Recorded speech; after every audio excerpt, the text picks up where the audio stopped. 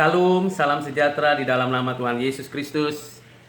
Saat ini kita akan coba untuk mengevaluasi apa yang kita sudah pelajari. Dan yang kita sudah pelajari itu, kita coba pikirkan ulang kembali apakah benar dan apakah sudah tepat. Yang pertama, pikirkan dan renungkan kembali mengenai Alkitab. Tuliskan dan jelaskan tentang narasi Alkitab, narasi besarnya, grand narrative.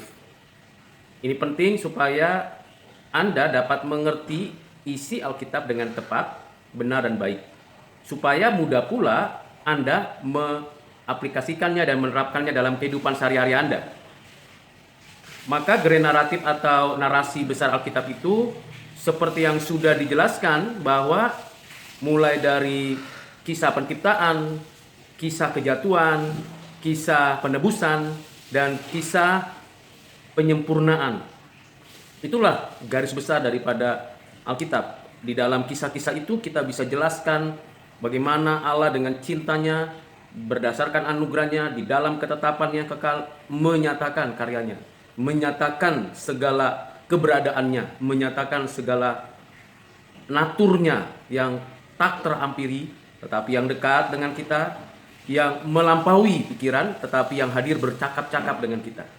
Yang kedua, mari kita coba pikirkan ulang lagi mengenai siapa Allah di dalam hidup kita melalui apa yang kita baca dari Alkitab. Covenant-covenantnya yang ada di dalam Alkitab.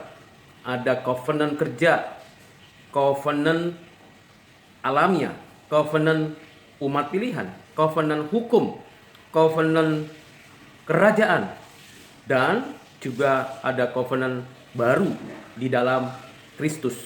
Setiap covenant ada syaratnya, ada yang harus ditempuh oleh manusia, dan ada berkat yang menanti yang disediakan bagi setiap mahasiswa, setiap orang percaya, setiap orang Kristen, siapa saja yang mau menikmati covenant dari Allah yang inisiatifnya dari Allah sendiri. Yang berikutnya kita juga akan belajar bagaimana Alkitab itu diwahyukan, disampaikan, dinyatakan kepada manusia secara khusus dan sungguh memberikan kepada setiap orang untuk mengenal siapa Allah.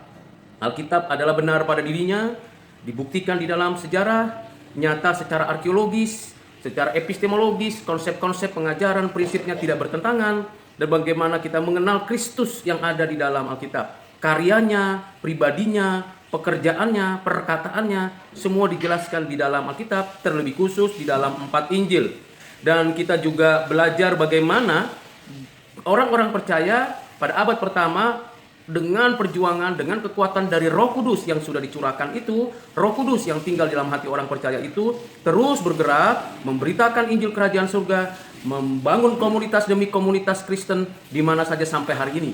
Mulai dari kisah para rasul dan terus-menerus dikerjakan. Dan Rasul Paulus yang adalah murid Kristus, rasul terakhir yang dipilih oleh Tuhan setelah Tuhan naik dan duduk di sebelah kanan Allah Bapa, Rasul Paulus yang hendak tadinya menganiaya Kristen, hendak tadinya menghancurkan kekristenan, tetapi Tuhan memanggilnya, memakainya menurut rencana kehendaknya.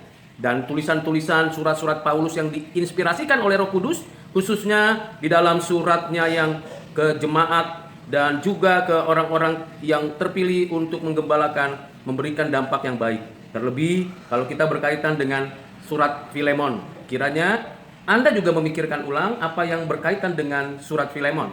Dan terakhir, bagaimana manfaatnya? Apakah faedahnya? Ketika Anda belajar mengenal Tuhan melalui firman Tuhan, mengenal Tuhan melalui aktivitas-aktivitas rohani, mengenal firman Tuhan melalui pikiran dan renungan-renungan yang singkat yang Anda kerjakan. Kiranya Anda boleh menikmati evaluasi ini dan menjadi berkat bagi sesama.